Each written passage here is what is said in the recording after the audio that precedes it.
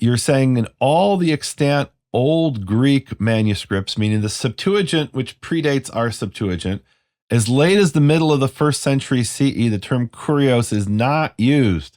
So in other words, if you look at all the Greek Dead Sea Scrolls and all the manuscripts of the Septuagint, which isn't that many, all the manuscripts of the Septuagint that predate the middle of the 1st century CE, or AD in Christian terms, you will not find the word Curios as a rendering of Yud-Heh-Vav-Heh. That's what you're saying. And if you allow me... Please. I'm excited. This is amazing stuff. Shalom and welcome to Hebrew Voices. I'm really excited today to welcome Dr. Pavlos Vasileiadis. He is known in Greece as Dr. Tetragrammaton. He holds a PhD in biblical literature and religion from the Aristotle University of Thessaloniki. He also has done a postdoctorate at the Aristotle University of Thessaloniki, which means he actually has, I guess, academic teaching experience. And he has a bunch of other degrees that are almost too long to read everything here. Master's in theology from that same university, bachelor's in theology. His master's, interestingly, is on the Comma Johanneum, which I may be mispronouncing. It's that passage in the Gospel, excuse me, not the Gospel of John. It's in 1 John. Help me out here. 5. Exactly. Yeah. Okay. 7 verses. Okay. Maybe we'll talk about that. It's one of the most, well, I would say in the 15th and 16th century, it was one of the most controversial passages in the New Testament.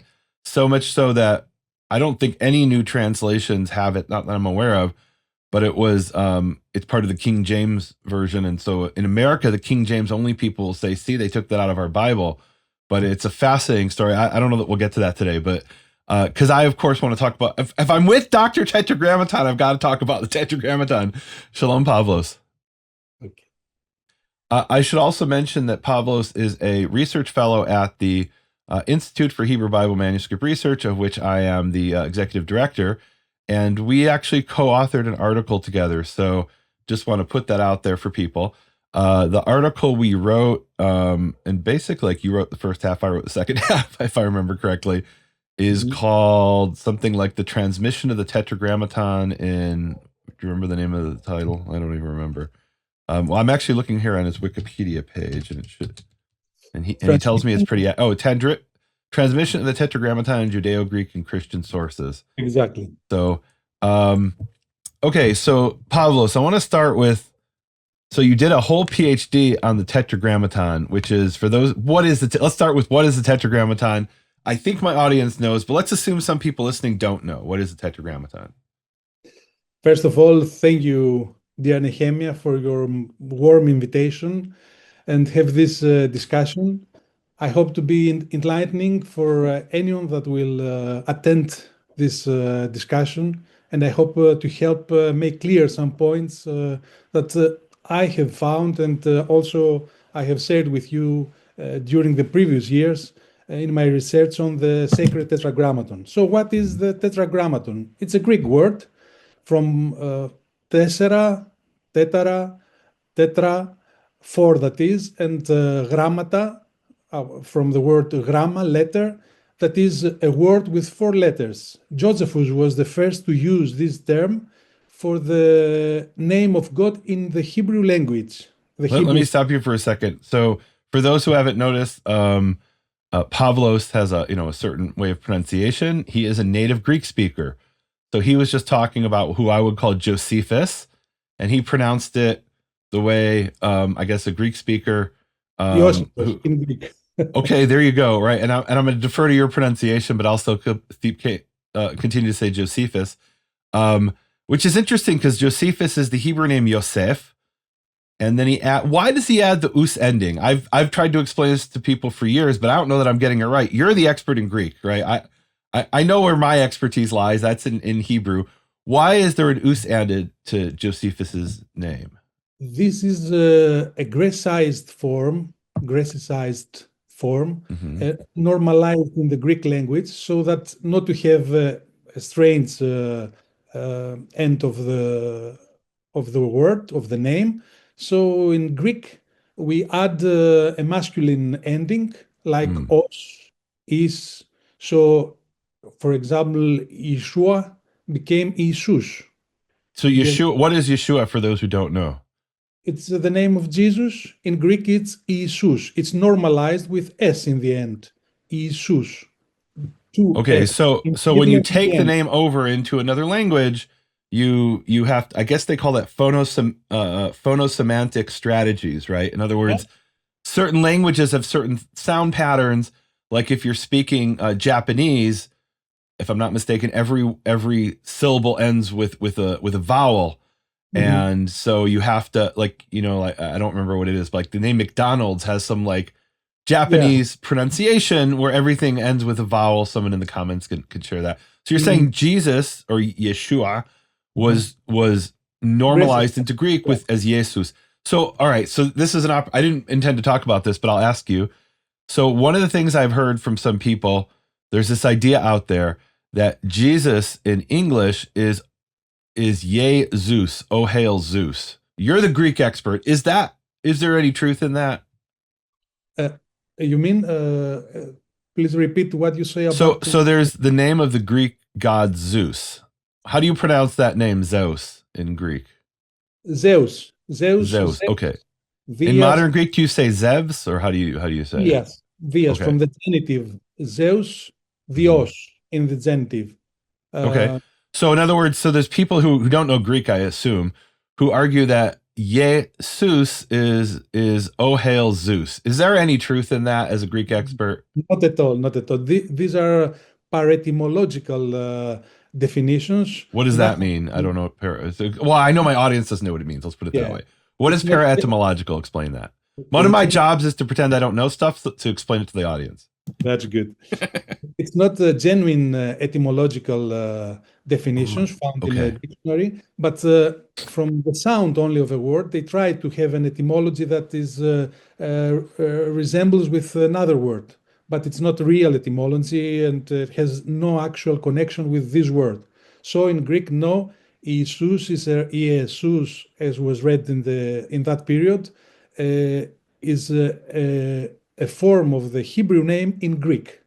So there is Okay. Yeshua and also the Grecicized form Jesus, Jesus. Oh, do This you is find the form Yeshua in Greek sources? yes, You it is found do. especially for the Joshua, the son of Nun. Okay. But he's also called Jesus, isn't he? Joshua, Yehoshua is called Jesus. The same is the case with Yaakov, for example, Jacob. Okay. It's also called Yaakovos. And Ah. Josephus really wanted to add these final endings to normalize the Mhm. forms in Greek of the names. So I want to share something which is I didn't plan on sharing, but just before we got on, I wanted to bring the Josephus passage, and I'm a bit lazy, so I went to ChatGPT and I said, "Where does Josephus here? I'm going to share with the audience." And I should mention that Pavlos also has a. Am I right? You have a master's in some technology in computer science. Artificial So intelligence, yes. so I don't know if you deal with AI, but maybe I don't know. This is maybe you have some comment on this, maybe you don't. But so here's an so here I'm looking. This was his page on Wikipedia, which he says is accurate. Or as of this recording, it's accurate. They change these things so often you can't trust them. But here I asked ChatGPT. I said, where does Josephus say the Tetragrammaton was written as four vowels? He says Josephus discusses this only once, and he brings me the exact Greek words. Can you read these words, Pavlos? Yes, γράμματα 4 φωνήεντα. So I go and I look for those words and I can't find them. So I look in accordance and I say, here is what I have in accordance. And Uh-huh. so it has, and I'll let you read that. What does that say? Τα ιερά γράμματα, φέρουν τα ιερά γράμματα in the Holy word? What is grammata? The word, right? letters, Oh, holy letters. okay. In the holy priest's forehead, the, that What we is call in English the mitre of the high priest, exactly, or the yeah. the seats in Hebrew. Okay. Ταύτα δεστή φωνήεντα 4. These are the four vowels. So he lied, ChatGPT. And I said, was grammata tessera phone, I apologize for the pronunciation, phoneenta, an AI hallucination? Short answer, yes. So Okay. AI hallucination is he makes up a text that doesn't, and this was when I first encountered this was so hard for me to believe. He's bringing it to me in the original Greek. It sounds very authentic, but it Yeah. doesn't exist in any text, only in his own imagination. Yeah, it's the four vowels, the letters of the Tetragrammaton. If we try to transcribe in Greek, this was in the core of the problem of transcribing the name of God from the Hebrew language to the Greek language. Mm-hmm. The core of the problem is that there is no corresponding letters. So Mm. Josephus says indeed that, and not only Josephus, others as well, that the Hebrew letters, the most corresponding ones are vowels. So Mm. in Hebrew also, the same letters of the Tetragrammaton were also vowels, matres Mm-hmm. lectiones. Okay, So let's. I'm going to share my screen here and look in accordance because that's more reliable here than ChatGPT. So I'll read it in English and I'll ask you to read it in Greek and then explain what you're saying. So it says a mitre also of fine linen encompassed his head. This is the Kohen Gadol, the high priest in the temple, which was tied by a blue ribbon, about which there was another golden crown, in which was engraven the sacred name. It consists of 4 vowels. So exactly. yeah, so In Greek. can you read What that whole sentence in Greek? I think την it'd be δε nice to hear it. κεφαλήν, την δε κεφαλήν βυσίνη μεν έσκεπεν τι άρα κατέστεπτο διακίνθο περίην χρυσούς άλλος ειν Στέφανος έκτυπα φέρον τα ιερά γράμματα. Ταύτα δεστή φωνήεντα 4. Mhm. By the way, here's an interesting word, chorsus, which I know you might pronounce that differently. But in Hebrew, in biblical Hebrew, we have the word charutz, which is fine gold. And I believe that's a Greek word that actually comes probably from Hebrew. Or A very ancient word also. Kourosou is found in Cypriot Greek language, very ancient Cypriot. So it's a really so it ancient. could be that was the name in some foreign language. And when they imported that quality of gold, that type of gold, that grade of gold, they called it by the Cypriot name, right? So Yeah. maybe Hebrew got it from the same place as Greek from a Cypriot. I don't know. Yes. So Yeah, let's make it explain. simple. We have 4 letters, and the issue is that are vowels or consonants. Mhm. Both letters in Hebrew and in Greek as well can be regarded and transcribed in Greek as vowels and also consonants, giving different forms of the name of God. So, for example, the letter Yud can be Y, or it can mark the vowel E or A or E. Exactly. The letter Vav could be O or U or V. And some people will say, whoa, we don't need to get into that, that issue. Exactly. And then Hey is like at the end of the word Torah is marks a vowel. So, okay. So this is really important because there are some people out there who say that what Josephus is saying is it was pronounced as 4 vowels. He says it was engraven with 4. So is it pronounced with 4 vowels? Well, I mean, how would you read this in Greek? Could it be read in Greek? And it's not a trick question. I don't know the answer. Could it be read in Greek to mean its pronunciation was with 4 vowels? Or does it have to mean it was just written with 4 letters that are equivalent to vowels in Greek? Yes, it could mean 4 vowels in Greek. For example, Ieoa are 4 vowels in Greek. Ieoa. No, in other words, the way Josephus formulates this, tauta de esti phone enta tessera, could that mean it was pronounced with 4 vowels? Look, what's the problem, Nehemia? If at that time were used letters like he in Greek or gamma, these letters at that time, even at the Koine period, were read like the gamma was read g. The he letter was read. Gamma is what we call in English gamma. Is that? Yeah, exactly. Okay. Gamma in Greek. It's softened after the Koine Greek. So the g became g.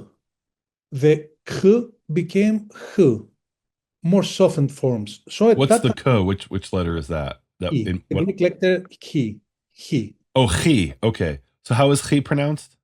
Now it's pronounced, and from Jesus' time, h, not k, not kh, but simply h. let's say, Okay. or CH, okay. Okay. So at that time, Josephus couldn't use Greek consonants to make a transcription as we can do today, that these consonants became more soft. So today we have Yahweh, we have Yehovah, and we can write it in Greek. But at Okay. that time, it wasn't possible for the Greek-speaking ones. So you're saying that, let me ask if this is what you're saying. So we have the Hebrew letter He, and there was no consonant equivalent to He in the Greek at the time of Josephus. You could also omit it, as if we use only vowels, Yehoah, we omit. And it's very close to Yehovah, Yehovah. Okay. It's very And close. and then for the Y sound, you're saying in modern Greek you'd use gamma because Yes, the gamma is pronounced almost like a guttural Y, and I won't attempt to exactly. do it. Exactly. But in the Greek of Josephus's time, that wasn't the case, so he's kind of stuck with iota. Is that right? Exactly. Or iota. Okay. And from So that time, we have the mhm, transcriptions of today. For example, Jesus, mhm. Jesus in Greek, starts with an iota. Iota. Is there anybody who writes it with gamma today, or No, no. no? Only if you want to focus or to underline the Hebrew origin of a word. So if you were trying to show how to pronounce it in Hebrew, you would write it with gamma today, Yes, but yes. historically it's written with iota. I Only. see. Okay. Let's go back here to this phonaenta. Could that mean it's pronounced with four vowels? It could be. Okay. I wouldn't say no. All right. Although here he's talking about that it's engraven on the mitre of the high priest. So Look, um yeah. Josephus make an approximation. He's doing his best to Mm-hmm. describe what's going on. Okay, Mm-hmm. it's not a photo.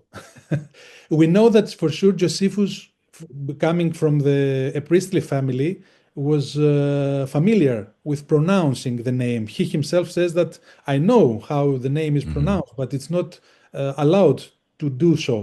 So he says that he looks at the meter of the high priest, the four letters that in Greek the best transcription would be with vowels. So he says, I see four vowels. Mm-hmm. If for a Greek speaking audience, this was the best way to describe what he was looking at. I gotcha. Okay, that makes sense. You had some a PowerPoint you were going to share, which I'm really excited about. Can we jump into that? Of course. Would you like to discuss first um, the papers that I published for Yes, let's hear. Let's tell us about your research.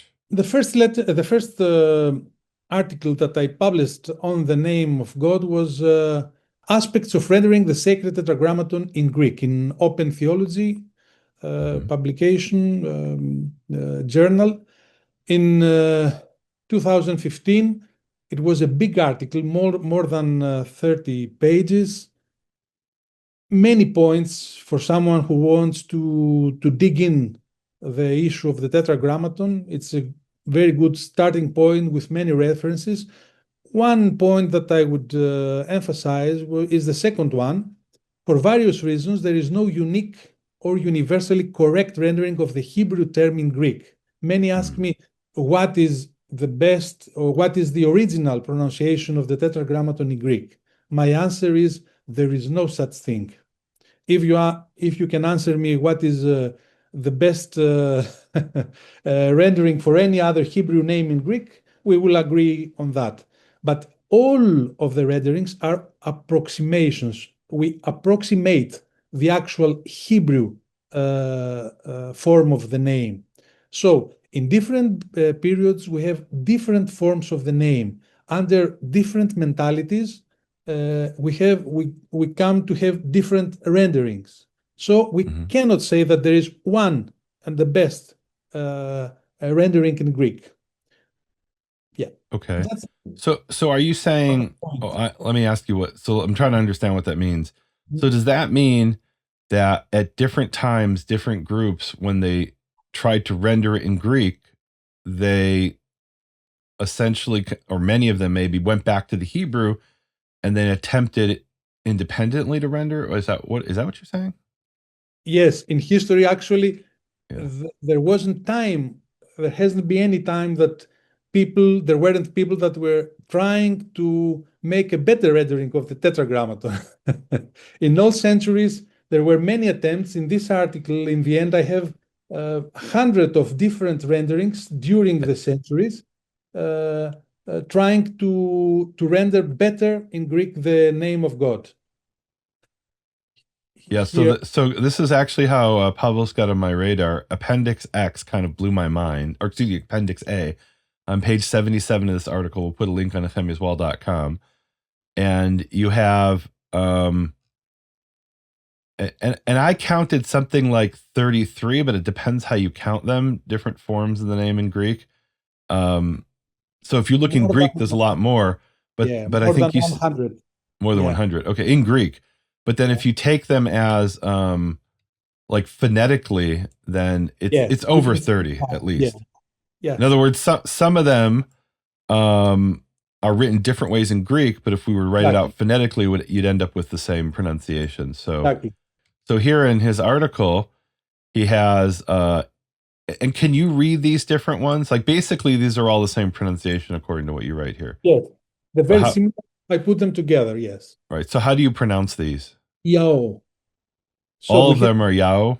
Yao with an accent with different accents. That is Yao, Yao, Okay. Yao, Oh, different emphases. Okay. Yao. Yeah. So In this one is Greek, there not are different no from this one you're accents. saying. Is that right? Meaning, how In would you pronounce this? Yao. Oh, is that two O's? Meaning, Yeah. is the O pronounced twice? Ya o o.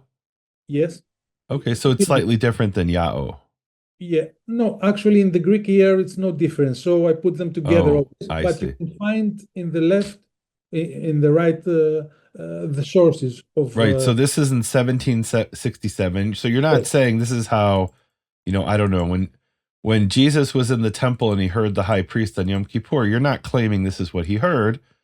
You're saying in 1767, this is how J. Matani wrote it, right? exactly. And then Exactly. here, 4Q Papyrus LXX Leviticus B, which is in the Dead Sea Scrolls, has Yeah. this form. But I believe there's no accents there. Am I right? That in 4Q Pap Leviticus, I think you have a picture of it even here. It does Meaning, not make a difference, the accents in Greek. okay. Iao, if you read it, Iao means to heal in Greek. So, Really? yeah, it's read Iao. It's a name and it's read as Iao. Wait a minute. Hold on a second. With the It's not accent on the alpha or the omega is to heal. in Alpha. Iao. So this one means what does it mean? I heal or Heal, to heal. like heal as in somebody who's sick? Yeah, to heal someone who is sick. Yeah. And the O there, so which form? Okay, this I did not know. So what form of the is this a verb or is this an infinitive verb? What is ya? It's the verb, yeah, the infinitive form of the verb. Yeah. So it's to heal. Yeah, exactly. What? Hold on a second. So this can't be so wait, we have I am Yudhe Vavhe, your healer. So this has to be some sort of a play on words in This is Greek. also found in the sources. Yes, many have discussed that this means to heal. Have you And written about this? You need to write about this. of course, of course. Okay, I don't remember reading There that. are Okay. many sources on that. And also that Jesus as a healer, the Iason or Isus in Greek comes from means the healer. But this is also a kind of paretymology. It's not actual. It resembles to a Greek word, but it's not actual Well, connection. so biblical name explanations are also often what you might call a para-etymology. In other words, when it says that in English we have a figure called Jabez, in Hebrew Ya'abetz, and it says he was born in sorrow, but the word sorrow switches the two letters, right? So it's Otsev, Ayin Sadi Bet, but then his name is Ayin Bet Sadi. So it's not meant to be an etymology in that case. It's been called a MND, Midrashic name derivation. That's what one of the scholars called it, MND. And that's actually meaning within the biblical text itself, Meaning, Yeah. let's take the text at face value. This woman called her son Yaabetz because she said he was born in sorrow, meaning in pain of childbirth, which is Otsev. So, and we have a lot of names like that, meaning like you could even say Isha Isha is what you would call para etymology, because actually the root of Isha, woman, is Aleph Nun Shin. We see that when we look at other Semitic languages. There are various plays on words that took place, and they So have been. this is interesting. You're saying in Greek, Jesus means healer. Yeah. And okay, so that's very like that. I find it hard to believe that that's a coincidence. Meaning, or at least here's what we could say: in the reception of the name Jesus, were there people who said in Greek that he's called that because he's a healer? In some sources, yes, we have Okay, this understanding that he is the healer of Yao. Yeah, the healer of Yao. So tell me as what that. I'm not sure I Yason. understand. The form Yason was given in some sources as a synonym for the Greek Iesus in modern Greek or in Koine Greek. Oh, okay, So Iesus, Yason. Yaso means I will heal. okay. Yao, to heal. Iason and iaso, the verb, means to heal. I will heal. So it's the Iaso. future form Yaso. Exactly. Okay, So iason, as the rendering of Jesus in Greek, means healer. So, okay. Yeah, yeah. I'm sorry. Go ahead. Oh, So so some sources give this information as well. Yeah. okay, And so now we've got to go to Matthew. I think it's 120. This is way off topic that I was planning on talking about. But now that you brought this up, so here we have Matthew 121. She will bear a son, and you are to name him Jesus, for he will save his people from their sins. Can you read that in Greek for us? τέξετε δε Υιόν και καλέσεις το όνομα αυτού Ιησούν. Αυτός γαρ σώσει τον λαόν αυτού από των αμαρτιών αυτών. So would an ancient Greek who, let's say, didn't know Hebrew, who's hearing this and wouldn't know, because obviously in Hebrew the connection is Yeshua, Yoshia, he will save, right? But in ancient Greek, let's say in Athens or in Thessaloniki, and by the way, the letter to the Thessalonians, is that your town where you're Yes, from? yes. Okay. And in The Jewish Jewish sources, community here at Thessaloniki. for my for my Jewish listeners, we know that as Salonika or Saloniki in Jewish sources, the Thessos or the The part is dropped. All right. And that's where Shabtai Tzvi was active. Am I wrong about that? I think it was from Izmir, but Shabtai Tzvi, the false Yeah. messiah of in 1640s, 1550s in Judaism, right? I mean, he's the most famous figure in Judaism who was from Saloniki. And he was pronouncing the divine name according to his letters, to its letters. Wow. So he was cast out of the Wait, hold on synagogue. a second. Shabtai Tzvi in 16 something 66, was yeah. He what announced year? himself as a Messiah. What year? 66. 1660. So in Saloniki, in Thessalonica, Yeah. he was pronouncing the divine name and he was In expelled from. Smyrna, in Smyrna, we have record that he was cast out from the synagogue because he was freely speaking the divine name. Gersom, Salom, and other authors write extensively on this. Okay, that's for a different subject, different And I have found discussion. poems of his students that use the name. So Okay, this that we have to for discuss that more at a different time because I want to get to this. So if you were a Greek speaker in Saloniki, Thessalonica, and you heard this, like you're sitting in the pews and you're a believer and you heard this, would you connect the name Yesun to Sose, meaning and say No. it's a play on? You wouldn't. Okay, so what would you would think this must mean what would you think? I'm missing something here. Is that what you would think? If you say that Jesus with Sosi, it's not. There's no actual connection. There are two Okay. similar letters, but nothing more than that. There's no connection. No, with not with Iao, neither with Sosi, Sozo, Sosi. Here Okay. we have will save means here Mhm. Sosi. And here it's the future. Down here is, how would you pronounce this word down here? Sozo, Sozo. save. So that's I will save, and then sose He will is save. he will save in the future. Okay, got it. All right. So there isn't a play on words to the Greek ear between yes, Yesu and so. Okay, all right, fair enough. All right, let's go. Let's get back to the Tetragrammaton. All right, this is fascinating stuff. So share again, please, your screen and show us some of your other research. This is amazing stuff. Thank you. So one point of interest was that in this paper, our friends can search for it and read it in the academia page. Another point is here, the third one, the term Curios is not a Greek equivalent of the Hebrew Tetragrammaton because it lies outside of the semantic domain of the Hebrew term and is not related to any of its possible etymologies. It is obvious that if Curios had actually been used in the original Septuagint translation, this was not a welcome translational choice for more than 2 or 3 centuries. In all extant, all Greek, that is, original Jewish Greek translation of the Hebrew Bible, or Septuagint, that means in the Christian era, manuscripts as late as the middle of the first century CE, the term Curios is not used, but rather Hebrew and Greek forms of the Tetragrammaton. That is also very important to become clear to the minds of the readers, of the audience, that as Emmanuel Tov and other specialists have made clear, against the classic view that the Septuagint, the original Old Greek translation used in the Pentateuch, used the Kyrios for rendering the Tetragrammaton.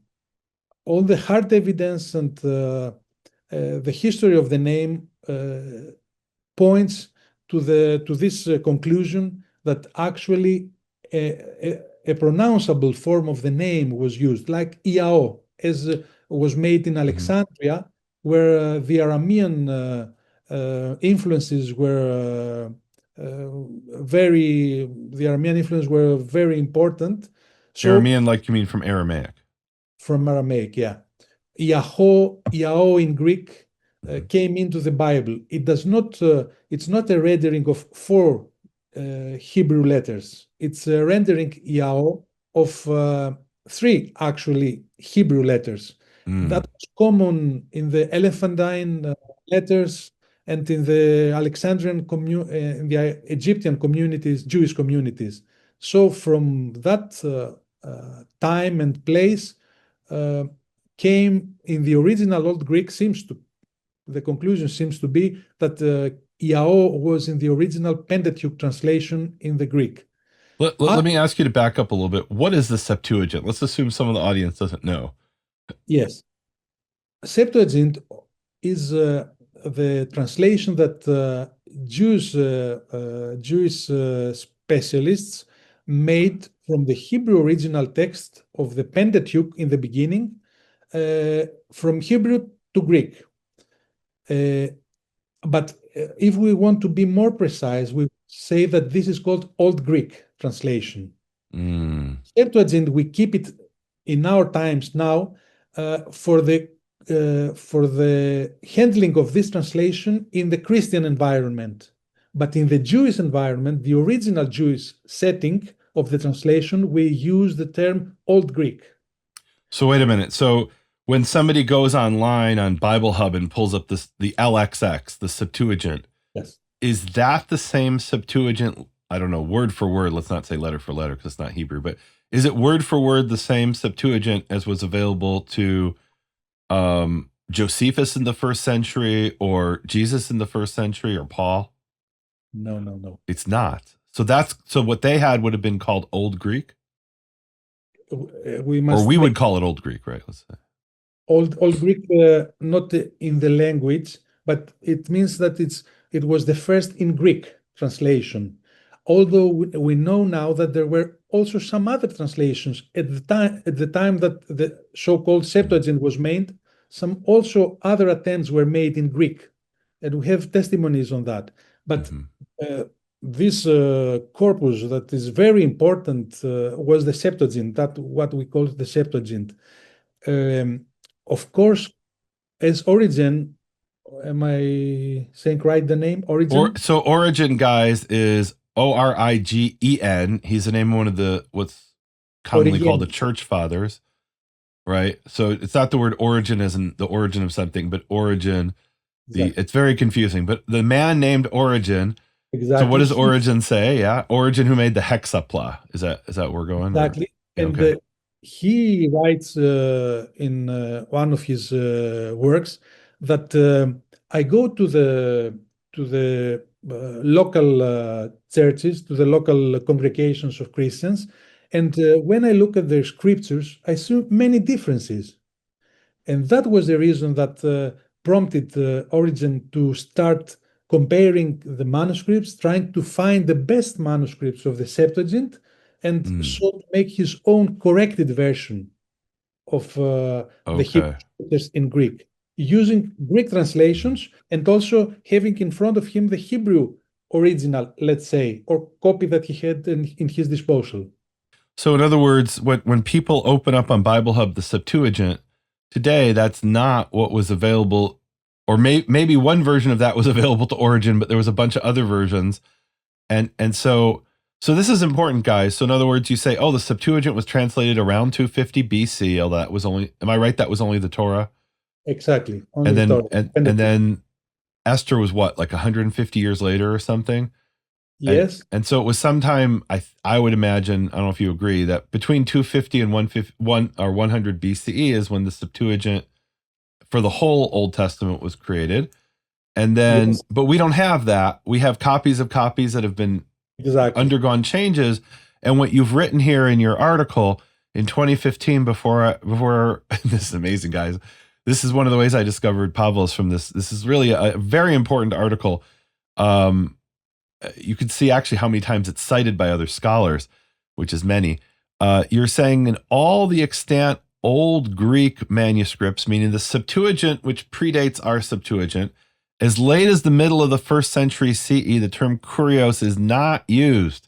So, in other words, if you look at all the Greek Dead Sea Scrolls and all the manuscripts of the Septuagint, which isn't that many, all the manuscripts of the Septuagint that predate the middle of the first century CE or AD in Christian terms, you will not find the word Curios as a rendering of Yud-Heh-Vav-Heh. That's what you're saying. And if you allow me, Please. I'm uh, excited. This is amazing stuff. we I have love this. some What I love images. about this is everybody's got opinions and views and theories, and this is empirical research, right? Meaning this is what the sources say. You could believe what. Look, I once had a conversation when I was working on my master's, and I was speaking to a guy who had I think he was working on his PhD, and I said to him something that like you would laugh at probably because you agree, like, or his response may be laughed at. I said, we don't have the Septuagint from 250 BC. We have something that's gone through many iterations from Exactly. around 325 AD, right? Meaning we have Codex Vaticanus and Codex Alexandrinus and Codex Sinaiticus, and then there's there's a palimpsest we have also, right? Yes. Okay. If you allow me, the same issue is with the New Testament. I will, Ooh. I would boldly say, of course, Wait a minute. Hold on. Everybody pay attention. What are you going to boldly say about the New Testament? Yeah. let's make clear that there is no big differences from Mm-hmm. one manuscript to another. There are Mm-hmm. minor points. Of course, in the Old Testament, we have some major differences as well in some books, as in the book Like of Joshua and Judges are completely different, right? exactly Jeremiah, Okay. Okay. rearrange of the material and many different ways. But the message does not change. I wouldn't say that. Okay. But of course, we must make clear, for example, that we do not have copies of the Greek New Testament, for example, from the end of the first century or the early second century, or even the Uh-huh. whole second century. Before you, what was uh, what was happening in the Greek New Testament manuscripts before the introduction of the nomina sacra, the um, uh, the the shortened forms of Kyrios and Theos in Greek. So, There so was no guys, let me explain this for those who don't know Greek. So when they write Lord in Greek, they write Kappa Sigma. By the way, I was just at the Museum of the Bible, and they have an inscription from the 3rd century in a mosaic in a church at Megiddo. It was actually the prisoners of the Megiddo prison who unearthed it. And there, it's using these, what you call nomina sacra, which are literally means sacred names, but it's abbreviations, right? They're not going to write out Jesus because it's such a common word. I mean, Jesus, they write Iota Sigma, or maybe it has a different ending. So they write Iota, is it Iota Omega, or maybe, I mean, depending on, it has to do with Greek case endings. We won't get into that. Yes.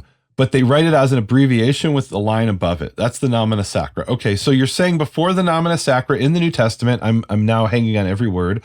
What was in the New Testament before that? Do we know? It's a good question. We can say many things, and I have written, we will see an article on this Okay, issue. so we'll wait for that. Guys, this is exciting. That's the part I'm waiting for. All right, so here you're showing us. So wait a minute. So I'm having this conversation in the 90s with or I guess it might have been in, maybe it was the late 90s. And with this much more advanced scholar, and I said, we don't have the original Septuagint. We have something that's gone through many iterations and changed over time. And he said, oh, opinions. People are bringing opinions into this. And I said, it's not an opinion. Show me the manuscripts from 250 BCE. We don't have those. And I didn't know what I know now, that we do have some earlier versions of the Septuagint, what you're calling the Old Greek, or maybe they're closer to the Old Greek. I'm not sure how you would describe it. We have the critical editions. We compare all the different manuscripts. We put from a critical, a text critical point of view, the best articles in an order, so that with using different various criteria to say what is the best reading for each and every verse of the Bible. Okay. Yeah. So here we see in the presentation, we see what I was saying before, that these are the oldest available Septuagint, as we commonly say, but I would say Old Greek copies of the Old Greek. And all of them, you can see here from in yellow, from the 1st century, yellow color, 1st century BC to 250 to 300 CE, we can see that it's rendered not with Curios or Curios. I use the Koine Greek pronunciation that is common with the modern. That's fine, guys. He's pronouncing Greek the way a Greek would, a modern Greek would, but fair. But even in, so how? Well, let's not get into it. In other words, when I learned Greek, we were taught that this is how it was pronounced in classical Greek, but not Koine, right? Okay. So the beta was pronounced b, but you pronounce it v. Am I right? So I'm reading as I have been in the time, or almost the time, of Jesus. Okay.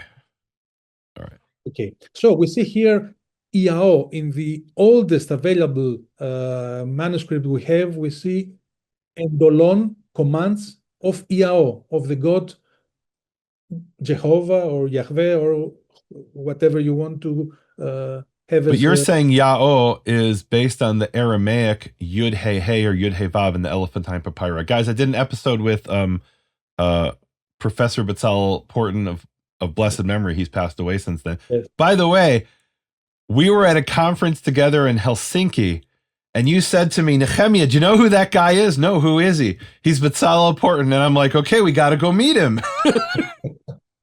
Right? The famous scholar who transcribed, who basically, who made available for the world the transcription and translation of the Elephantine Papyri, which are ancient Aramaic Jewish papyri from Egypt. So, okay. So Yao is a translation not of Yud He Vav He, you're saying, am I right? But it's of Yud He He or Yud He Vav, which is an Aramaic rendering of the name. Because we already have from the 5th century and 4th century BC, we have forms like Yaho or Yod He Vav, probably read as Yaho, from the Aramean. And the Elephantine Papyri are in Aramaic. Exactly. Those who, and other sources as well. Yes. Okay. So all right. It seems that it was under Aramaic influence, this form of the Tetragrammaton that became Tetragrammaton, 3 letters. What did you call it? The Trigammaton? Trigrammaton. Okay. Look, and Trigrammaton. we have a two-letter name in the Masoretic text, which is Yah, as in hallelujah, praise Yah. But in Aramaic, and it's not even that you're saying, it's clear in the Elephantine papyri that there's a form that's usually written Yud He Vav, and then at least once it's written Yud He He. So, Okay. meaning that's the empirical data, right? Meaning those are facts. Yes, How you that is interpret those evidence. facts, you can say whatever you want, but those are Exactly. the facts, and this corresponds to the Aramaic you're saying. Okay, Exactly. got So it. the other manuscripts that we have from the Septuagint Hmm. are using, like here, the second one, the Hebrew Tetragrammaton in square Aramaic script, the Tetragrammaton O Theos. So here, Wow. so And by the way, as what we don't know is how they read that. Maybe they read that Adonai Hotheos. That's a different question, right? But they decided not to write Curios or Curios. They wrote Yud He Vav. And this is from Papyrus Fuad 266b, is that right? yes, From 50 around BC. 50 BCE. Exactly. Okay. Wow. Okay. So here I say we see a Hebrew term within Greek text. I have Hmm. described this phenomenon as a choice of freedom. As a What what? a choice of freedom A for choice of freedom. yes. Why I described it Okay. this way? Yeah. Because if I am reading at home, at my safety of home, such Hmm. a copy of a biblical text, I would say Iao o Theos, Iehua o Theos.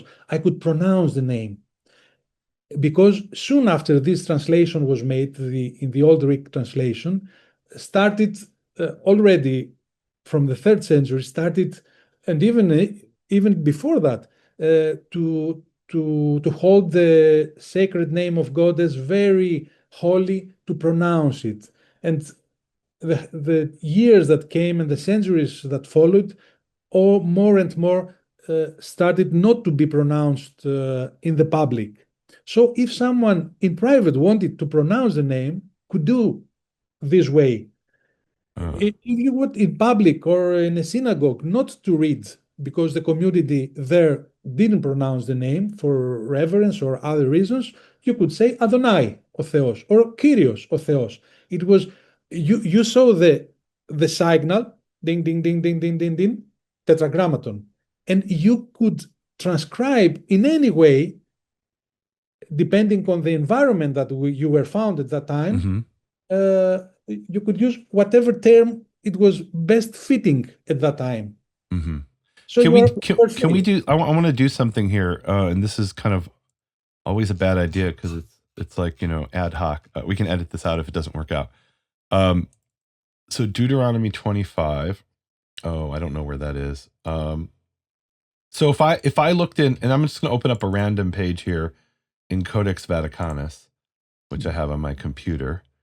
So like I said, this is always a bad idea to just open up something at random, but let's go ahead and do it. And I want to show people what the nomina sacra looks like because we So mentioned. stop, Oh, here we go. Here's one. All right, and I'll stop have you. there. I'm going to put you on the spot and try to have you read unbroken Greek text. At least the part that we're looking at shouldn't be that challenging here. So we have this is just a random page 916 of Codex Vaticanus. You can find this on the Vatican's website. And here we have, so what is this? Here's a kappa and a nu, or KN, right, in English, right? And then there's a line above it. And then Yes. here's theta and nu. And again, I'm pronouncing this the way, frankly, an Israeli would pronounce it. Okay. Yes. What are these? What's going on here? Here is Kyrion Theon. That is to to the Lord, the God. If Okay. we So this one. the new here is what's called the dative ending, guys. Is that right? We don't have to get into what that is. If you want to Google Greek case endings, Yeah. it's an important topic, but beyond the scope of today. So in other words, sometimes it ends in a new, sometimes it ends in a different Exactly. letter. But any reader of ancient Greek, or let's say any Christian for sure who read this, would say, oh, that kappa stands for kurios, and then the new ending, and theos, and the new ending, and they know how Exactly. to read this. And what you're showing is that before this convention, they were writing it in Hebrew letters. That's amazing. All right. Let's go back to you sharing what you were sharing. All And the that's sources, that's yeah. amazing. That's very cool. And look, guys, this what I love about this is empirical data. In other words, if a manuscript shows up from 150 BCE and it has those sorts of abbreviations or it has the full word Curios, okay, then the data has changed. But the current data that's available to us is that we don't have anything predating, and you put there 50 AD or 50 CE, that has Curios in place of Yud He Vav He. What is the earliest? Do you know off the top of your head what the earliest manuscript is that has the nomina sacra? Or even Curios, not as an abbreviation. I mentioned Oh, it. I'm jumping ahead, so let's wait Yeah, for that. To yeah. finish, okay, guys, I'm impatient. But what this shows here, well, let's go on. So you showed Papyrus Fuad 266b. Yes, but here's And guys, it says here Rolf's 848. What that was is there was this scholar named Rolf's who made a critical edition of the Old Testament in Greek of Septuagint, and he assigned a number to every manuscript that was available to him. So this is his manuscript 848, which is, I believe, in Egypt to this day. It's a papyrus. So it doesn't come from Israel. It actually comes from Egypt, which is interesting. Yeah. Okay. But the important thing here is that Yeah. in square Aramaic script, the common script of that time, of the Hebrew, when the copies of the Hebrew Bible were made at that time, were made using this script. By the way, it's not just Yud He Vav He. Am I right? There's Yud He Vav He with a dot over it. Can you talk about the dot? I wouldn't say. And as far as I know, the bibliography, no one has, because there are other instances as well that do not have that point. Okay. So probably it's a spot. If I'm not mistaken, there's a manuscript where there's only the dot, and the dot might have been assigned for the scribe to fill in the name here. Yeah. That's one explanation I read. I don't know if that applies to this man. I don't remember Which one. There are 4 dots as well. Right. Yeah. No, but sometimes. So in other words, let's not get into that. Let's continue. Go on. Show me what you. Yeah. And so on. So at that time we have this. We are at the 50 BC. The next manuscripts available of the Greek translation of the Hebrew text are using the Tetragrammaton within the Greek text in Paleo-Hebrew. So there was a tenth after the Maccabees and all their revolution against this Hellenizing tendency to come back to the original. And the original was the use of the Paleo-Hebrew, especially for what was the most sacred, the names of God, mainly the Tetragrammaton and also the Elohim in some instances. So here we see the manuscripts that have approximations or attempts of the Hebrew of that time. That was the way that were read in Paleo-Hebrew, the Tetragrammaton within the Greek text. And this is very important. So this is a Hebraizing tendency at that time, because the nationalism, the Hebrew nationalism was in its rise.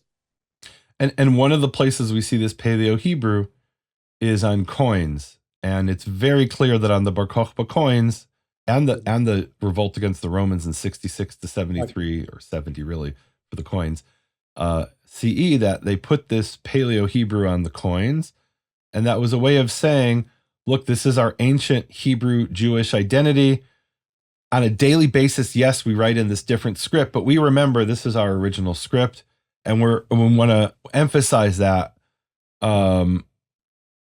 as part of our identity and put it on coins, and you're putting it in using the name because it's the sacred word. So it's interesting. The earliest form, it's in Greek letters, and then they're putting it, and it's not, I mean, look, these could have existed side by side, but at least from the evidence we have here, is you have the Greek letters, then they go to the Hebrew Aramaic script, and then to the Paleo Hebrew script, right?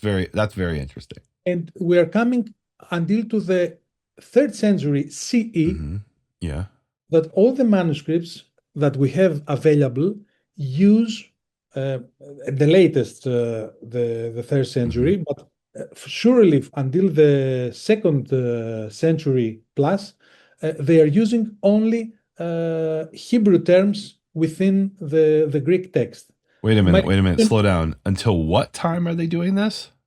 2nd plus century. All the available manuscripts. So you're saying in 150 AD or CE, you can check it in front of you.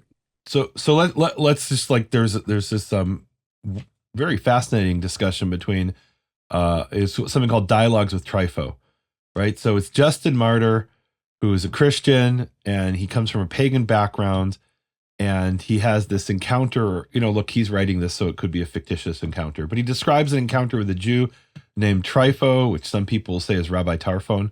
And I love in the beginning of the book, Trypho says, I came from the war, meaning the Bar Kokhba revolt. So that whether it's actually happened or not, it's putting a date roughly 135 AD, right? And it could be him remembering 10 years later or making up something 10 years, who knows? But so when Trypho, certainly Trypho, when Trypho opened up the Greek Septuagint, would he have seen Yud-He-Vav-He or would he have seen Curios? Nice question. I would say another question I would put on the table. If was that the case until the 2nd century CE, what was the Greek text that Jesus and his apostles were reading when they were reading not the Hebrew text, but Greek texts? What's the answer? Probably. What's that? In front of you is the answer. All the available manuscripts we have from that time, they are using the Hebrew Tetragrammaton. So this is what's so amazing about the research you do. So guys, you can have any opinion you want, any theory you want, right? And maybe somebody will find tomorrow a manuscript in the library on Mount Athos or someplace like that, when we can date it to 150 BCE, and it'll have Curios with a line above it. That could happen. But from what we know today, exactly, the objective empirical information we have today is that Jesus's scroll in Greek, or I'm going to say Paul's scroll because he came from Tarsus, right? So when Paul is in the synagogue in Tarsus as a young boy, and he opens up a scroll and it's in Greek of the Old Testament, which was, the only Bible when he was a kid, right? It has something like what we're seeing here, either Ya'o or Yud-He-Vav-He in Aramaic, or Aramaic script or Paleo-Hebrew script. That's not like some theory or hypothesis based on the currently best available evidence today, is what you're saying. But look, Nehemia, what's going on here? Look at the final manuscript here. Mm-hmm. And this is Papyrus Oxyrhynchus. Can you say something about Oxyrhynchus? Yes, it's in Egypt, an area in Egypt. It's a fish's name, Oxyrhynchos. And because it's a name of a fish, you said? Yes, it's a name of a fish, Oxyrhynchos. Okay. With a sharp nose. Okay. And that's the name of a town somewhere in ancient Egypt, is that? Yes, exactly. Okay. All right. And there, in the middle of the 3rd century to the end of that century, we have a manuscript in Greek of the book of Genesis, of the Septuagint, that has a shortened form using 2 yods here. Yod, yod. And here, nomen sacrum, theos, using theta and sigma. All of them, if we go up here, we see there is no nomen sacrum. Here say o theos, no nomen sacrum theta sigma. O so the theos, nomen sacrum is the abbreviation with the line above it. Abbreviated form. No, right. O theos. But here, you see an abbreviated form in Hebrew. And that's Paleo-Hebrew 2 yods, am I right? It's hard to see. Paleo-Hebrew, exactly. Okay. Exactly. And here, nomen sacrum, theos, God. So this is like a transition stage, you're saying? Exactly. So this is important. If we want to try, is the source Christian or Jewish? At that time, the difference between them, they were using the same scriptures. There was no Christian scripture of the Hebrew Bible and the Greek and the Christian scripture. No, there were common scriptures, and they were copying the both communities, Jewish communities and Christian communities, they were copying the same manuscripts. Of course, Origen came and say, I see differences, and I will try my best to find the best. Okay, copies had that problem that they were at the risk of making errors and reproducing errors. Of course, this is natural for that time. There were no Xerox machines. But we see that there is a transition, as exactly you said, period, that we know who is the Tetragrammaton, because many say that in the New Testament, from the beginning, we didn't know, we didn't made clear, there wasn't made clear who is the Lord. Is the Father meant or the Son?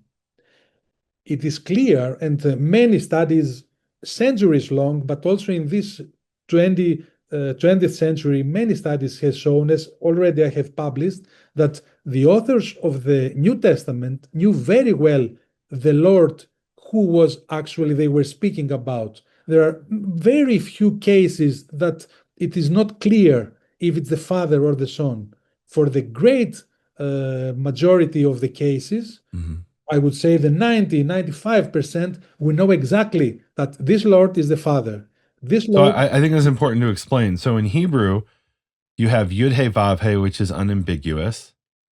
But then you have ambiguous terms. Let's say we have Adon, which means Lord. And I'm not even talking Adonai. Let's leave that aside for a minute.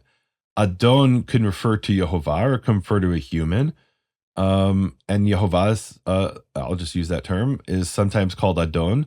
And you're saying in the New Testament, when it says Curios in our current New Testament text, that's inherently ambiguous. Is that what you're saying? if we have for in both cases Kyrios for the Tetragrammaton and for the Adon, that is in general the Lord, a Meaning Lord, Jesus. might mean Jesus, might mean a human master, and Okay. so on. But when we talk about God the Father, it's clear. And in this place, we put It's clear because of the context, or it's clear because they wrote something in Hebrew or Yao or something. mainly because of the context, mainly. Okay. But we have a major testimony that is coming from the old Syriac translations. And this is another part of my research Oh. during the previous years that comes from the second and third century CE, from the Syriac translations, probably from Greek originals, but they were keeping in the Syriac speaking communities the ancient traditions. They were new in the Greek text, where if they have the manuscripts that have in front of them of the New Testament, if there was already Lord there, they knew from the tradition who the Lord was, the Father or the Son. And Is this in the New Testament you're talking about? Yes, in the New Testament. In the So, Syriac, okay, is this Old, about where it says Maria, that was referring exactly. to This God the intensive Father? But what would they say if they were talking about Jesus then? In Mar, Maran, Mar. but the Maria is an intensive form of Mar that is used only for Jehovah, only for God the Father. So in Okay. the old Syriac translations, there's a distinction when we read the Lord said to my Lord. It is Maria told to Maria, to Maran, to my Lord. So the difference between the Tetragrammaton and the Lord is kept in the Let Syriac. me, if you want to stop sharing for a second, I want to show the audience what this looks like in something that's not controversial, right? Meaning, like when you get to the New Testament, there's probably some controversial passages. I don't think there's anything controversial here. So here we have Genesis 18:12, and this is Sarah laughed inside of her, saying, "After I am withered, and I will have pleasure, and my Lord is an old man," and that's Adoni. And Adoni, I'll have you read this because I'm not going to, in the presence of such a great Greek scholar, I'm not going to read Greek. What does this say? Ο δε Κύριος μου πρεσβύτερος. All right. So the Κύριος. Curios, the Lord of mine, Exactly. It's like the word Presbyterian. Presbyteros Yes, presbyteros. is old. And then here we have in the Syriac, Marie, my Lord. my Lord. Okay. And nobody thinks this is referring to God. No. Obviously, it's her old man, as we would say in English, meaning her husband. And then Genesis, what's that? Genesis 18:27 has Adonai. And what is the Greek here for Adonai? Actually, let's keep the other one so they can see it as well. So the Greek here for Adonai. On Kyrion. Right. So in other words, the word Kyrion, the ending doesn't matter here. It has to do with the function within the sentence. But the word Curios or Curios is the same whether it's referring to God or Sarah's husband. But then in the not the Septuagint, in the Syriac, here we have Maria, which, as you say, is an intensive form, which is exclusively referring to, as you would say, God the Father, meaning just God here in the Old Testament context, right? And you're saying in the Greek New Testament, Maria only refers to God the Father. Is that the takeaway? Yes. It comes from the translation of the Hebrew Bible. It was there's a consistency of the translations in Syriac of the Old Testament and also the New Testament. There's a consistency of using Maria for the Tetragrammaton. What's interesting about and this is what's called the Pshita, the Syriac Old Testament, from what I understand, that's not translated from Greek. And you can see that when there are significant variants between the Hebrew and the Greek, the Syriac tends to be based on the Hebrew. Although let's wait till I interview the Syriac expert on that for maybe more details. So Maria refers to is a rendering. I like that word you use, rendering. In other words, Maria represents Yud-He-Vav-He. Okay. Exactly. Oh, what do you have here? Oh, this is exciting. Here we have the next step. The nomina sacra came to take the hold of the situation because many are saying, come on, all the manuscripts we have of the New Testament are using the nomina sacra. Why are you talking about the Tetragrammaton in New Testament?